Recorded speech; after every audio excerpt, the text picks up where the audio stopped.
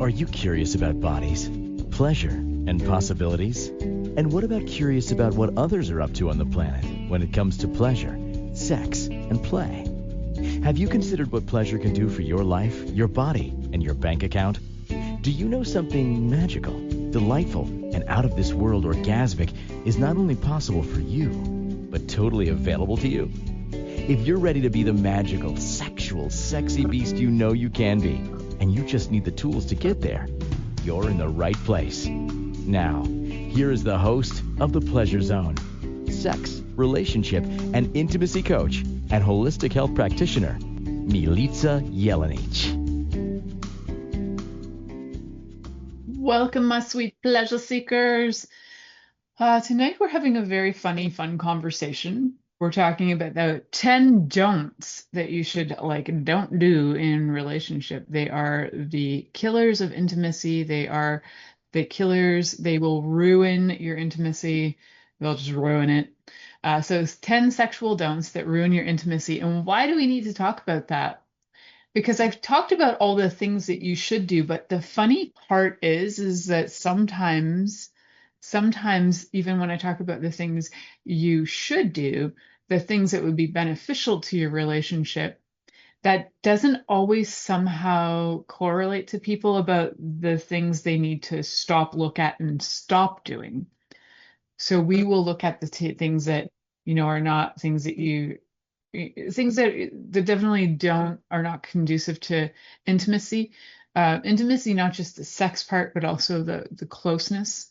Although that often is misunderstood, and we're going to use it interchangeably today because people use it interchangeably, even though technically it's not the same. Anyhow, so we'll talk about that. The reason why I created this episode was that a friend of mine was over for a session last week, and we were talking about something and got to talking about a particular TV show that I was watching and she was about to watch. And I said, there are some sex scenes in there that are just so unbelievably off. Like they don't even make sense. I know they try to make them sexy, but I'm like, in what guy's porn fantasy world is this even realistic? And there are like these scenes where I don't know what it is, where I just see these things where there's like this gropey, grabby. I'm not into gropey grabbiness. Maybe people are. Am I weird with that? Like, okay, guys, let me take a survey right here. Who is into being groped and grabbed? Hands up. I'd like to know. I'm not into being groped and grabbed and just like random squeeze. Like I like caressing and I do like deep grab, but if there's just I don't know what it was. There was something about the scene that just made the sex scene so ridiculously unbelievable that I was like, rah, rah, rah.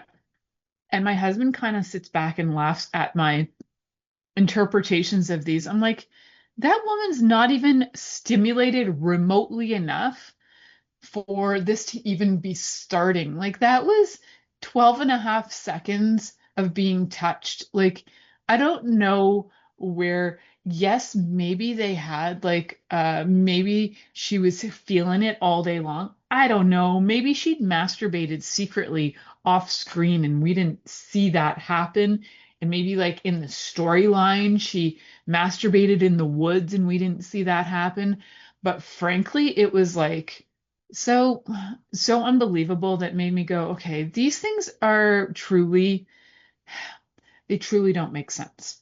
So why I'm talking about this is because I know that people watch these things and they take these things as if they're hints and clues on how to behave, as if they are like a guidebook for human sexuality. They are not. TV shows are not a guidebook for human sexuality. Very rarely have I seen a believable sex scene where you actually feel the energy of it. It does happen between Jamie and Claire in Outlander. You'll see truly beautiful sex scenes where you can actually feel the energy and intensity of the two of them. And at times I'm like, are these two actually doing it? Like, I don't know if they're truly actually doing it. I believe that they are. It's believable sex. The other ones are sometimes there's like positions where I'm like, either that guy's hung like a horse or her vagina has some kind of interesting frontal entry position where I don't know about you, but mine is not like a front entry underneath my belly button. So, yeah, I don't know. There are some truly unbelievable, as in I don't believe it scenes that happen on shows. And then there are truly amazing ones that are like, wow, I feel that. And they're beautiful and there's movement and the way that they film it is lovely. So, yes, I think there are some people who can put that across on film, but it's really, really rare. And even the believability of why their bodies would be turned on is clear. And other ways in other shows, I'm like, the believability is not there.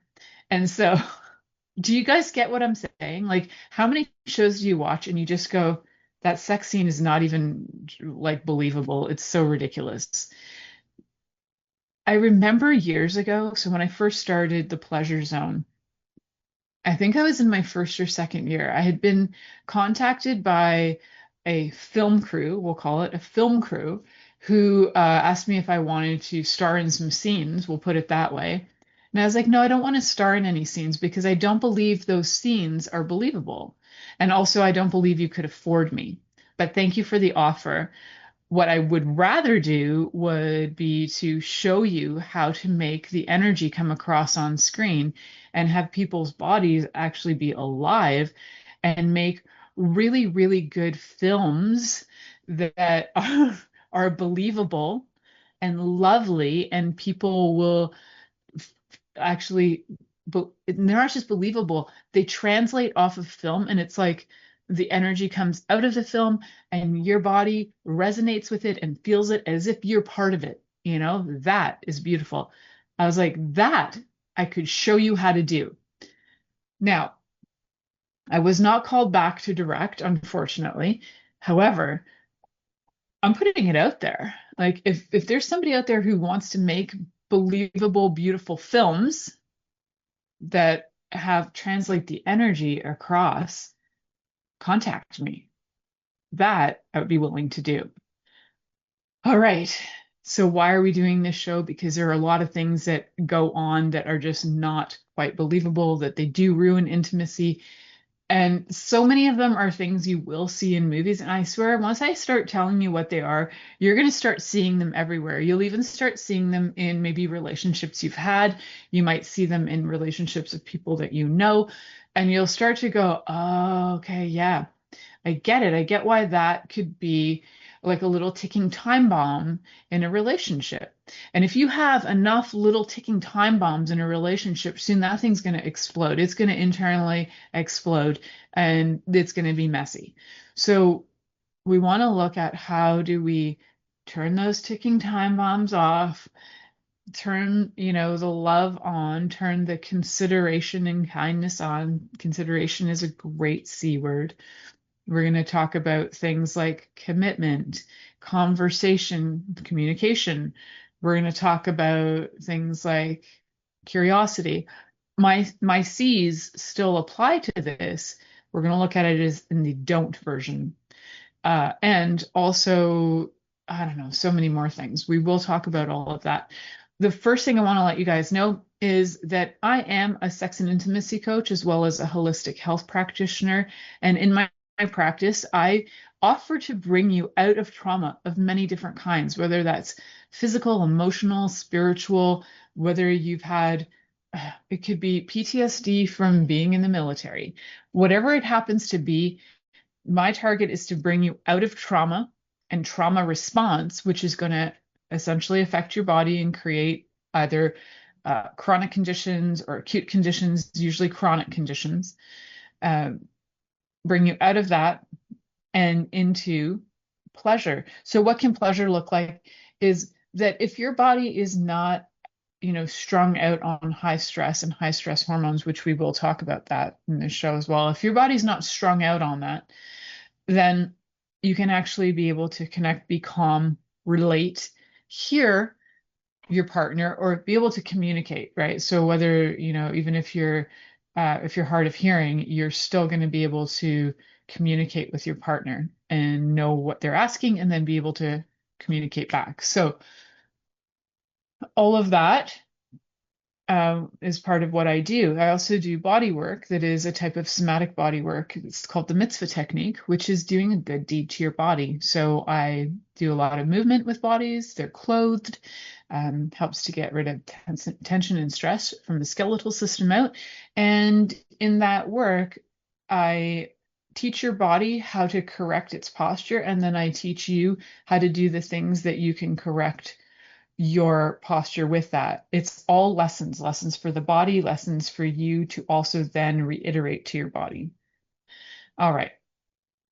All of that matters, guys, because any of those things that we have off, if our health is off, if our stress levels are off, it's going to be really hard to have a healthy relationship with yourself, number one, and then with others, number two. And the key is that we need to look after all of that. So as a holistic health practitioner, I look at the whole of you, and we figure out a strategic plan to get you back on track. If you'd like to know more about what I do, you can head over to my website, milicajelenic.com. You can either go down there, you can download my do's, don'ts, maybes list, or my yes, no's, maybes list. And that's a freebie. You can also go and you can book a time with me if you want. So if you want to just send me a letter sometimes people just like to write to me to say what shows they've listened to, what they like, what they'd love me to talk about in the future, that sort of thing. I love reading your letters. I totally appreciate every single one I get. If I have not written back to you, it means I might not have seen your letter. So feel free to write again in case it got lost somewhere along the way. All right, kids. Why on earth do we care about what are the things that ruin our relationships? I think the number one thing is that most of the time we don't know when something is already going sour. I'm going to start with one because I hear this a lot in things like business and in different places. I hear the term fake it till you make it. And in relationships and when it comes to sex, that is a no-no. So you might want to fake it till you make it while you're maybe learning something like a new program and you're like, yeah, I got this. Like when I'm learning Canva, I'm like, I can fake it till I make it because I can play around with things and different stuff. I can take tutorials. I can learn about that. And I don't have to lie about it. I'm just like, hey, I have a certain level of knowledge with this. I don't have to lie about it. I don't really have to fake it, but it's a form of like fake it till you make it. When it comes to sex and relationships, fake it till you make it is a definite no-no. Why is that? Well, one of the things it's going to do is it's going to set you up for failure 100% all the time. How does it set you up for failure? Well, if you start having sex with somebody and all of a sudden you're like faking all the things that you're pretending to enjoy, if you're faking orgasms and pleasure and everything, then the chances are it's going to start to have you actually not enjoy what's going on. It's going to start to create resentment because you're not getting the pleasure that you desire. It's going to start creating a disconnect with your partner because your partner is going to think that you like something, but you don't. And there is a difference between whether you've been doing something with your partner, you maybe are long term and you've been having sex in a certain way for a long time and now you want something different. That's not a faking it situation. That's like switching it up and trying something new situation.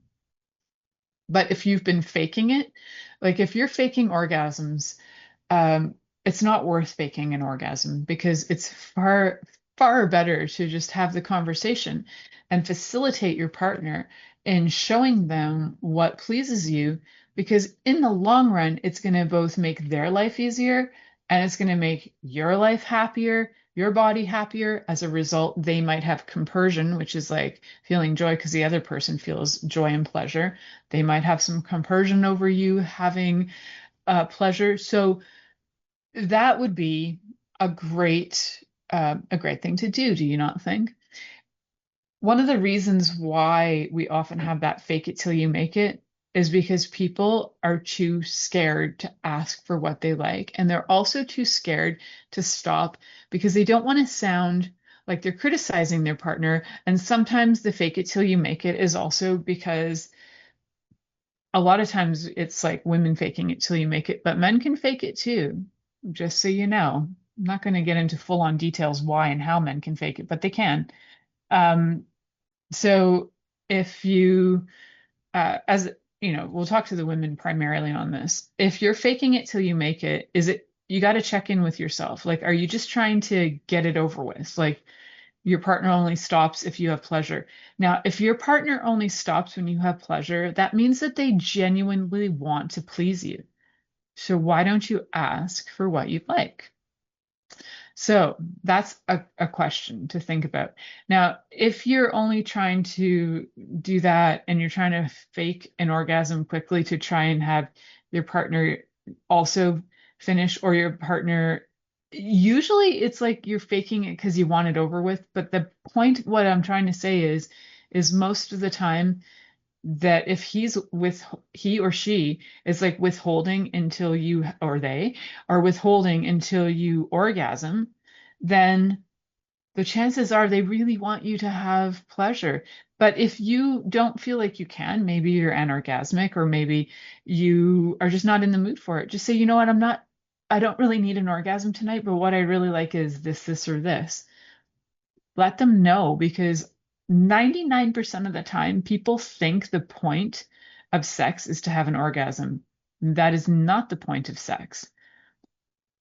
The point of sex is actually a biological response, which is to just try and procreate and move on with the planet, right? The point of pleasure and intimacy is to connect with your partner, and then to connect with your own self and your own body. So different from a biological response and the need to, populate the planet.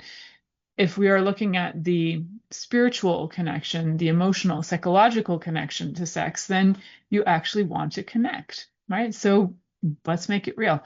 Oh my goodness, I really have 10 of these to talk about. How am I going to get through this in an hour, guys? I'm going to do this. I swear I'm going to do this. So I'm going to give you one tip and tool to switch that around. We're going to go to break right after that. So I do encourage you, if something isn't working, to say, you know what, that didn't quite work for me, but what I'd really like is maybe this or this. And if you don't know, say, can we just try a few other things and like see what does work? Because I'm not really feeling this right now. And for the person hearing that, try not to be offended, right? And you can even ask in a way to say, may we try this? Like, may we try a cuddle first? Or may we is nice. Like, may, as starting a conversation with me. I don't know how that translates into other languages.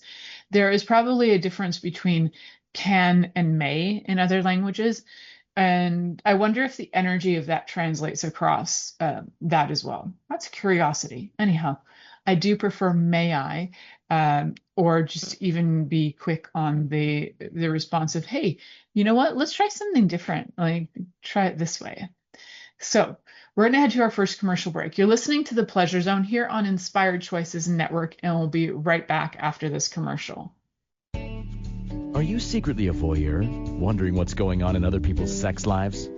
What if now is the time for a totally different sexual evolution? Are you interested in people who are pioneers of different sexual and pleasurable practices? Lean in now with Milica Jelenic, where she will entice you and your body to know your own pleasure zone. On the Pleasure Zone radio show, with sex, relationship, and intimacy coach, Milica Jelenic, you'll receive tools, inspiration, and a foundation to allow yourself to receive more in your sex life, and quite possibly other areas of your life as well. Listen for the Pleasure Zone with Milica every Monday at 8 p.m. Eastern Time, 7 p.m. Central Time, 6 p.m. Mountain Time, and 5 p.m. Pacific Time on inspiredchoicesnetwork.com.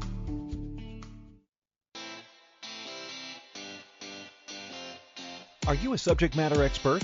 Are you here to share your expertise with an audience waiting to hear from you in only the way you can deliver? Are you ready to have your voice amplified across the airwaves?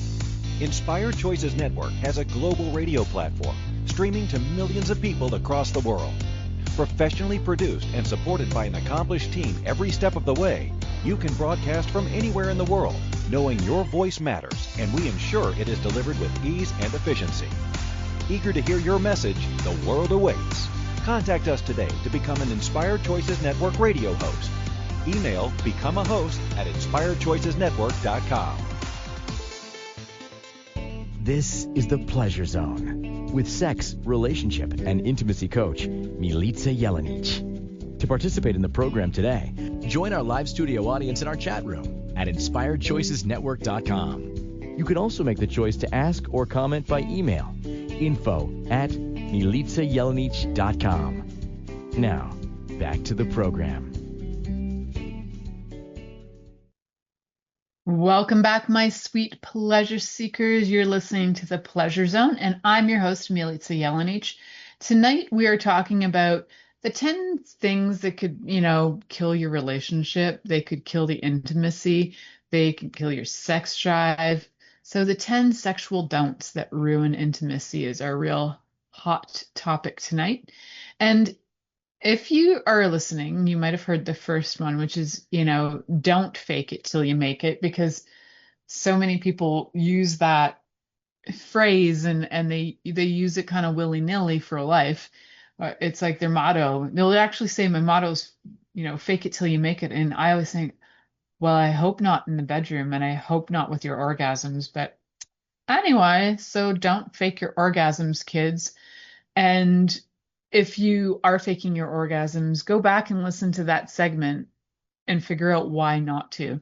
And the chances are your partner, if you're just faking it because you want your partner to finish, remember, it's probably your partner is really desiring to give you pleasure, and they're waiting for you to have what they think is pleasure in order to also finish themselves as well. Or they could be control freaks. I mean, it depends, but most of the time we got people who are genuinely caring and kind individuals who genuinely want to give you pleasure. So if you happen to be in a relationship where somebody genuinely would like to give you pleasure, my question to you is, what's stopping you from asking for that? If it's like a matter of language or not knowing or discomfort, you need me to help you. So I'm telling you that. I don't usually tell people that, but there are certain circumstances where definitely you could use a coach. And as a sex and intimacy coach, that's something that I can help you with. So go over to my website and check me out, my friend. All right.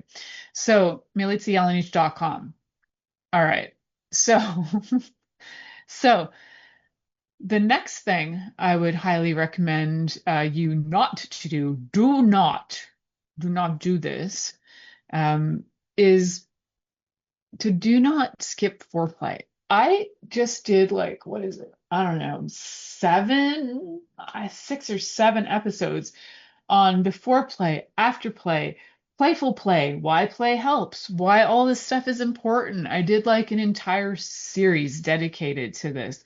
Actually, I've done an entire 11 years dedicated to the importance of connection and communication and consent and curiosity. And all of that is part of the foreplay conversation. Yeah. So why is foreplay important? Go back and listen to those shows. But I also want you to look at this, because if you skip foreplay or you skip afterplay and all you're doing is going for the task, it becomes very performative, which I talked about on last week's episode about things that are performative versus presence, right? So the performative stuff is so it's here it is energetically for me, right? It's like when there's when you feel like you're gonna vomit and vomit is rising and it's stuck in your throat and you're like, ugh! That's performative for me. That's how I feel about performative sex. So that's how I can describe it, kids, because as I think about it, sometimes I don't have the words, but I can give you a fine description, a rather poetically fine description. It is, it's actually so disconnected in a way that it it's like the person doesn't realize that they're not connecting to you, and they probably also have a desire to please you, but they haven't asked one Barton, sentence to you about what you actually like and desire and, would like to try. There's been no conversation whatsoever. You know what? Communication is incredibly sexy. So I know that might be hard to believe, guys, penis havers out there. I know it might be hard to believe that communication is sexy. And you know what? Vulva havers out there, this goes to you too, because so many of you aren't having the conversations or asking for what you desire. Why are you so shy? It's not 1920. And in fact, it's in the 2020s. We're 100 years later. We need to get out of these mentalities that we're not allowed to ask for what we would like. When we're like 5 years old, and if you're brought up Christian, or if you're brought up in a household that's not Christian but has Santa Claus, you are told that you're allowed to ask for something. Now, you might not always get what you ask for, but you are told you're allowed to ask for something. In fact, you're supposed to write to a guy and ask a guy for what you'd like. So why can't you ask a guy for what you'd like when it comes to your relationship and to things that are more significant than, that toy you wanted when you were 5? Although that toy I wanted when I was 8, I still have that toy. So I still have several of them actually.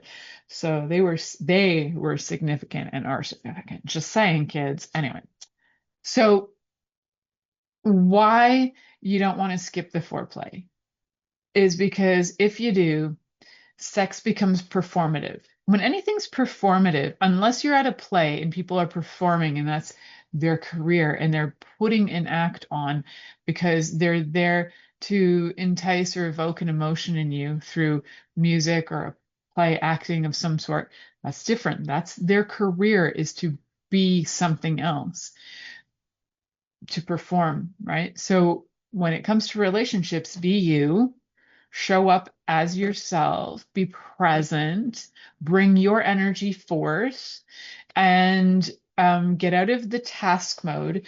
If you treat sex like a task, if somebody was treating sex with you like it's a task, do you think you're going to like it? So do you think it's fun if you treat somebody else like it's a task? Do you know what I'm saying? It goes both ways. Being treated like it's a task and then treating it like a task, both ways are like vomit rising. It's not fun. It also, treating it like a task is like, it's kind of like the difference between doing a paint by numbers painting, which is fine. Like some people, that's how they got to paint, or being truly an artist, figuring out how you play with colors and what mediums you work with and bringing your art forth. And when I talk about sex and intimacy, it's not that I'm a natural, like some people are natural born artists, right? And maybe I was a natural born artist. I don't know. Maybe not. And I just like most artists, you also develop more skills and as you grow and your art becomes even more cultivated. Yes, sex is a skill and you can grow it and build it, but it also can have a component of talent that you're born with. And it does not need to be performance related. So why I'm saying don't skip the foreplay is that this is part of the artistry. This is part of what makes the beauty of it. This is part of where you're like adding the colors to create the whole picture. Yeah. So I don't know if I've described it that way on here, but these are the images that are flowing through my brain right now. So you guys are getting translations of what my brain is showing me in a full force video. There you go. So some people call it channeling. I just see videos and I'm just telling you the video. All right. So don't skip the foreplay, kids. So one of the things you can do is learn to build the energy. And if you have not listened to those episodes on core play, foreplay, afterplay, during play, all those, go back and listen to those episodes.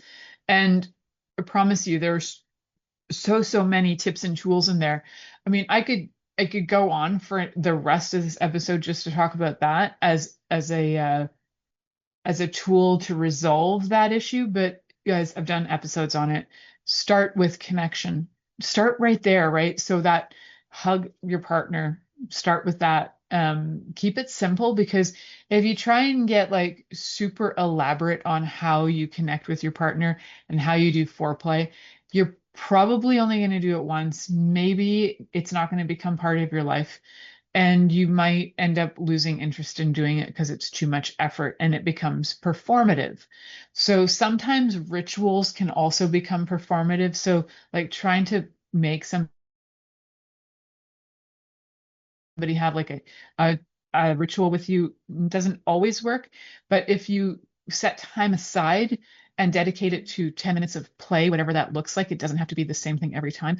That can be helpful. That's just like having a date or an appointment with your partner to connect. And it could just be talking. It might not even be anything sex related. All right, we're going to head to our, oh, is it our next? I don't even know what's happening because I'm off on my time today. So no, I'm not going to head to commercial yet. I'm going to go on to the next point because I can, because my producer's not like nudging me to go to break. So we're the number 3 of my 10 top don'ts to do is don't ignore your body. So if you find that you're like one of those people who, you stare off into outer space and you kind of like are like zzz, and you're out of there, as compared to like staring into outer space, but then you're part of space and then you are space, but you're aware of where you are and then you're super grounded and rooted. That's a different kind of experience. That's like being in the mind of no mind, but you're also very present. So disembodiment is more like where you kind of feel like you're hovering and you're not there. And if somebody touches you, you might not even notice, or you're so alarmed that when they touch you, you like zip back in your body and you're startled and you're like, that is being out of touch with yourself. It's being out of touch with pleasure. It's being out of touch with touch. And a lot of times, if you are, a lot of times why people can be out of touch with their body or do that disembodiment is maybe there's a lot of unresolved trauma. And so they just don't know how to connect. Touching is scary. Intimacy is scary. You might be neurodivergent and neurodivergent. I always get that wrong. And so I'd never know which one's correct, but I know that if I ask my kid, I'll be told which one is correct. So if you are like one of those people who just like gets so disconnected, so don't do that. For one, be present. The thing with, ignoring your body is that you are not even noticing you have a body. So oftentimes, if you're ignoring your body, some of the reasons are also because you've been told to be a people pleaser your whole life. And you might be ignoring your body because of cultural reasons, religious reasons. You might be ignoring your body because you didn't even know you were allowed to have a say in what happens with your body. And so the more you ignore your body, the more your body's going to scream at you. And your body will scream in different ways. It might create pain, might create inflammation. It's saying to you, in French, faites attention, pay attention. I don't know why I had to say it in French. I have an aunt that's French, and she would like, to get my cousins to stop doing things, she'd be like, faites attention. And she'd probably correct me in my pronunciation. But anyway, whenever I think of pay attention, I think of it in French. Who doesn't, right? Of course we all do. Anyhow, back to why we want to pay attention to our bodies. Our bodies tell us a lot of things. And if we don't listen, it will create disharmony in our body. It's like our body, we have a relationship with our body. If you don't pay attention to your partner, or say you ignore your cat or your plants. If you ignore your plants, they'll die. If you ignore your cat and don't feed it, it's probably going to die. It might even jump on you. Cats will even eat you, right? If you die, and then if you die and then they're ignored, then they'll eat you. That's what cats do. But that was a total digression, kids. That's how my brain operates. So why we want to not ignore our bodies is to make sure that we are both being, so when you're in your body, you can feel, you can sense, you can know what you desire, you can know if you're safe or not. You can even know things like if you're thirsty, if you're hungry, if you're tired. When you're disembodied, you often can't even feel whether you're tired, thirsty, or hungry. And somebody could ask you, and you might be like, I don't know. Am I tired, thirsty? I don't know.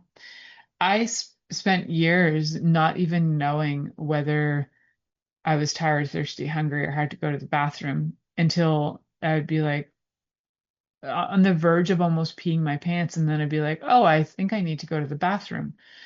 So, and I could be thirsty to the point where, like, I need water right now, but I'll take that on my break.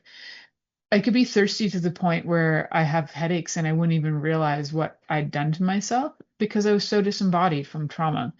So it's important to definitely be connected. So some things you can do to get in your body, to practice being present, is start with, we've talked a lot about somatic breathing on this show. I'm going to give you one right now. It's a fun, easy one. Actually, just start with the common regulated breathing of in for 5, out for 5. So in through your nose, out for 5. But you can also do expansion breaths where you breathe in as much as you can, and then you do an extra like snort in, like, and then you can do extra snorts, and they expand your breath, and then you can hold that expansion. You can go for more snorts if you want, like, and then you'll actually feel like your body opens, right? And then deep breaths out right into your belly, and feel your belly like go down and let all the air exhaust out of it. And you don't just do one. So when I tell people to do breath work, it's so funny to me. I'm like, do that, try this, I'm like, okay, get on the table. They'll do it twice. I'm like, no, I'm talking for the next half an hour. And then I'll remind them, I'm like, okay, breathe again. Because so many times people will stop breathing. They do not pay attention to their body. They do not pay attention to their breath. They don't even know when they're thirsty.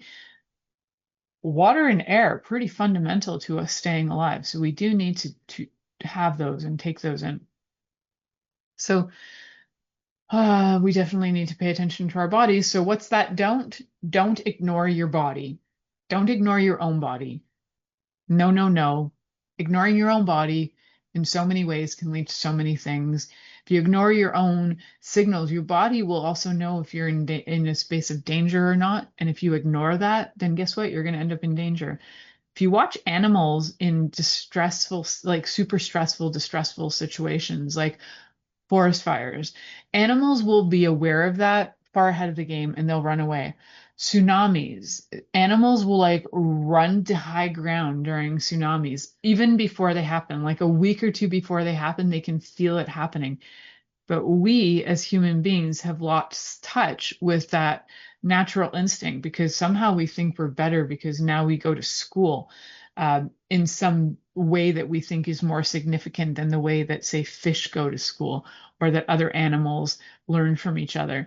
But we're not more important. We've lost a lot of our natural instincts, or we don't pay attention to them. I don't know if we've lost them, but we don't pay attention because we ignore our own bodies, and our own bodies are giving us information constantly. I could go on forever, but guys, I'm not going to. We're going to head to our next break. You're listening to The Pleasure Zone here on Inspired Choices Network, and we'll be right back after this commercial. Are you secretly a voyeur, wondering what's going on in other people's sex lives? What if now is the time for a totally different sexual evolution? Are you interested in people who are pioneers of different sexual and pleasurable practices? Lean in now with Milica Jelenic, where she will entice you and your body to know your own pleasure zone. On the Pleasure Zone radio show, with sex, relationship, and intimacy coach, Milica Jelenic, you'll receive tools, inspiration, and a foundation to allow yourself to receive more in your sex life, and quite possibly other areas of your life as well. Listen for the Pleasure Zone with Milica every Monday at 8 p.m. Eastern Time, 7 p.m. Central Time, 6 p.m. Mountain Time, and 5 p.m. Pacific Time on InspiredChoicesNetwork.com.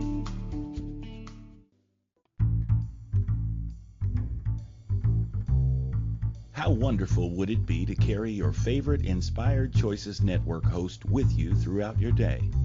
Well, now you can. Inspired Choices Network now has its very own mobile app. Our free app offers live streaming shows, along with thousands of podcasts and TV episodes. Our shows cover a wide variety of topics. Whether you're waking up with us, carrying us through the day, and taking us to bed with you, we're always here for you to enjoy. We're easy to find. Just search for Inspired Choices Network in the Apple App Store or Google Play Store. This is the Pleasure Zone with sex, relationship, and intimacy coach, Milica Jelenic. To participate in the program today, join our live studio audience in our chat room at InspiredChoicesNetwork.com. You can also make the choice to ask or comment by email, info@MilicaJelenic.com. Now, back to the program. Welcome back, my sweet pleasure seekers. This is Milica Jelenic, and you are listening to the Pleasure Zone here on Inspired Choices Network. And I've got 7 more top things not to do in relationships. And guys, I only have a few minutes to do it in, and I'm going to freaking do this. So sit back, hold on tight. It's going to be all right. We're going to get through these next 7. All right. So number 4. Don't avoid honest conversations. So if you've been avoiding talking about things that are really scary, if you've been avoiding conversations about things that are, freaking you out, I'll give you examples personally from my life. Like, so some things can be, let's take it back. Oh, I don't know. I could take it back really far. So some honest conversations can be things about finances. They can be about how you're feeling. And sometimes those conversations aren't necessarily ones that you say, but you need to write about. So several years ago, I remember writing a letter to my husband because I couldn't quite put into words when I was talking to him what was going on for me and what I needed. And so those honest conversations, they definitely will help you to be able to feel like you get something out. It's also not about blaming the other person for what you're feeling. So the honesty is your honesty. Like you might be like, I'm not feeling, maybe your feelings are something like, I feel, maybe you feel alone, maybe you feel sad. Like I feel sad. But it's not like you make me feel sad. I feel sad. And when I look at why I'm feeling sad is because I feel disconnected from you. And I feel disconnected from you because these things in my love languages I don't feel like my love languages are being delivered in the way that I like to receive them. Do you see how that's a little different than you never spend time with me and you don't do this and you don't do that? That's all blame. But you can guide and you can talk about how you feel, and you can also talk about how what it is that you feel is that you would like to resolve and how you'd like to resolve it. And hopefully your partner's open enough to be able to listen to you and not only hear that, but maybe even work with you on resolving that too. Avoiding honest conversations can just have things draw out forever and ever and ever. So yeah, as much as you might be scared out of your wits to say how you feel and what you want, at some point those honest conversations need to happen, whether they're in writing or whether they're in person, and you'll know the timing of them. But generally there's no perfect time. Sometimes there's just a better time. right? Like if somebody's in the middle of doing their taxes, it's not necessarily the time to just be like, while they're trying to calculate things, be like, hey, I really want to talk about our relationship right now. Well, you could wait 25 minutes till they're done and then talk about it, right? So you know what I mean? Timing can be really helpful on that. So one of the problems with avoiding those conversations that it can breed a lot of assumptions. So if you're not talking about things, you can assume things like assume that your partner can't handle the information, assume they'll be mad, assume they'll run away. That can harbor resentment because you never feel like you're able to even share what you feel. You might even miss a few of the things they're trying to tell you through verbal cues or physical cues, like they're going to have like different cues that they might be giving you. So you can start to talk about things in a different way. So starting with honest conversations, you can say like, I feel, I desire, I'm curious about, blah, blah, blah, and then open your conversations. But if you would like some assistance on that, just connect with me through my website, milicajelenic.com. On any of these guys, if you need assistance, connect with me. Send me an email, and then I will see if I, if you give me a good worthy reason, I will gift you 30 minutes of my time. Otherwise, my time is time that you pay for. So if it's something that you do need some kind of financial assistance working with me on that, I'm also happy to talk to you for 15 minutes just to see if I fit to work with you.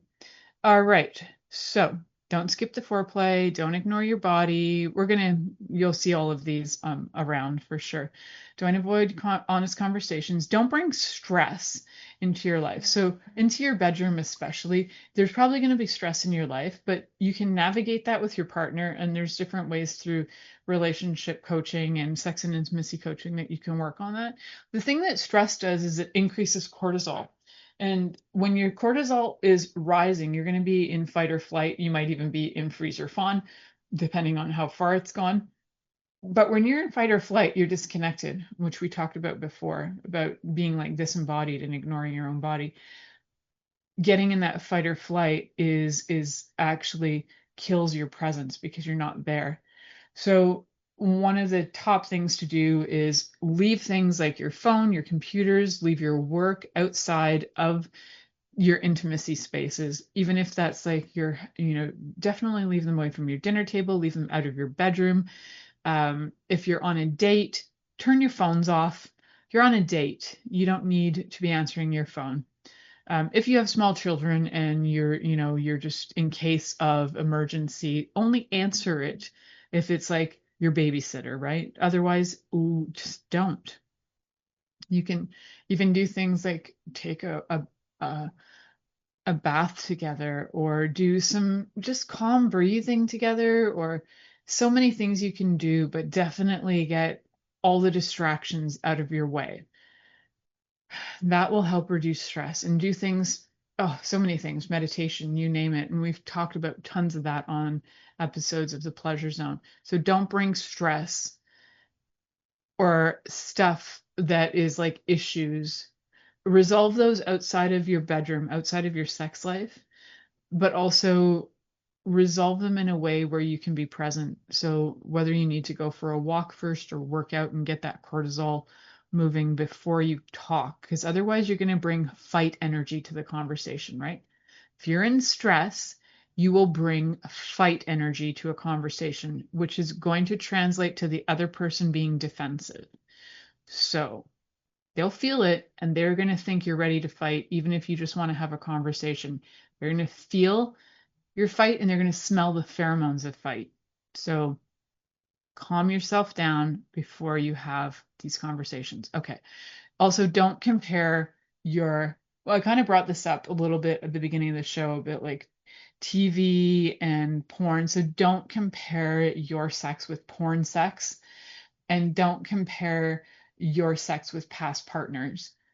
You're with somebody and they're different than whoever you were with before.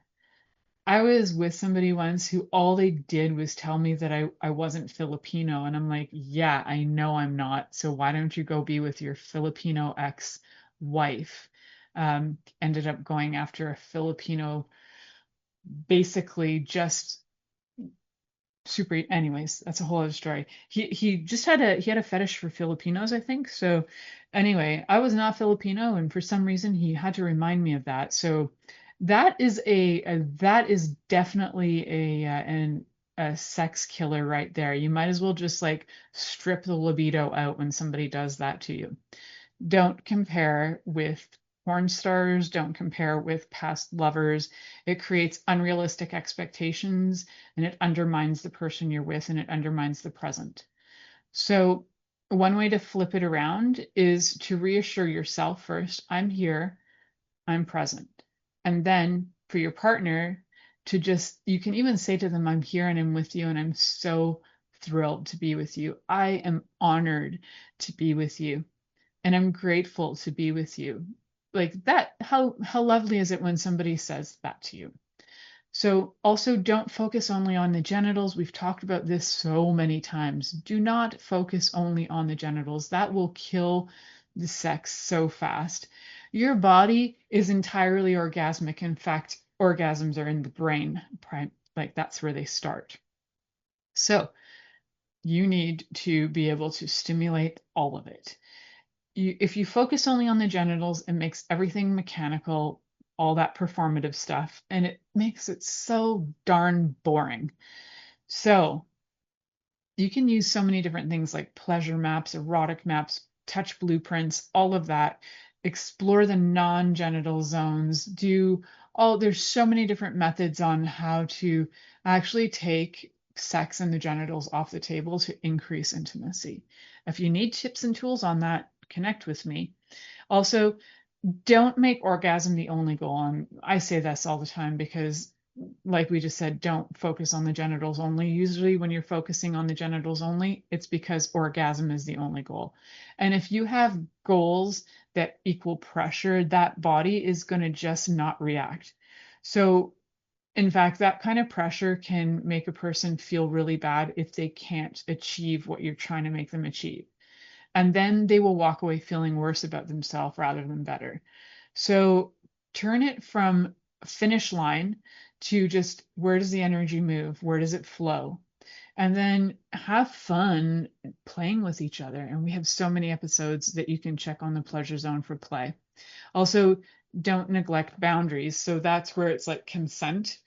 Don't neglect people's boundaries or consent, because when you respect their boundaries, and when you respect what they're consenting to, it's going to help build trust. And the more you build trust, the better. So don't neglect boundaries or consent, because disrespecting boundaries will have you break trust. So do consent check-ins, like, is this pace okay? What would you like? May I touch this? Would you prefer that I do something else? Would you be willing to show me what you like? Yeah, so lots of different ways to word that. And then also, last but not least, and we talked about this last week, presence versus performance. Don't lose your presence. If you feel like you're mentally drifting, and why people do that is just we have so many distractions in everyday life, right? There's so many of these things is because we've been trained to do them because we watch other people do this and we think it's normal. And that's just how you're supposed to be. You're supposed to disrespect boundaries because you're supposed to egg somebody on to say yes. Or, you lose presence because, oh, well, who cares? It doesn't matter. No, presence is key. So if you feel like you're mentally drifting and you see your partner's mentally drifting, just say hi. Hi, I'm so happy to be here with you. And like bring them back. And stop what you're doing and just look at each other. Get present again. If they're mentally drifting again, I mean, if you're okay with it and you're just like, yeah, I just want this to be done with, you got to check in as to why you're doing that. Like if you're just having sex to have it done with, maybe it's time to change the sex up, because you're now just basically like a toy for your partner to just get off on. So, if you're like, oh, I'd rather be doing this. Thank you for choosing to listen to The Pleasure Zone with sex, relationship, and intimacy coach, Milica Jelenic. We'll return next Monday at 8 p.m. Eastern Time, 7 p.m. Central, 6 p.m. Mountain Time, and 5 p.m. Pacific on InspiredChoicesNetwork.com. We hope you'll join us. Until then, have the best week of your life by choosing to be turned on and tuned in to your body.